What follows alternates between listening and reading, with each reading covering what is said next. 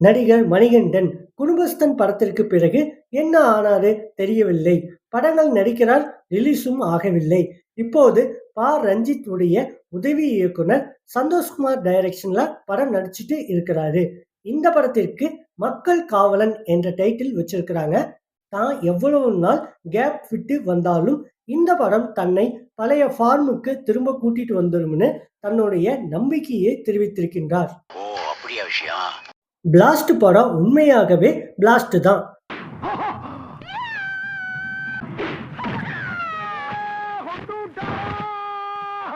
இந்த படத்தின் இயக்குனர் சுபாஷ் கே ராஜ் பிளாஸ்ட் படத்திற்கு பிறகு கார்த்தி வைத்து படம் டைரக்ட் பண்ண போறாருன்னு சொல்லப்பட்டது. இப்போ லேட்டஸ்டா தெலுங்கு நடிகர் நானி கிட்ட ஒரு கதையை சொல்லியிருக்கின்றார்.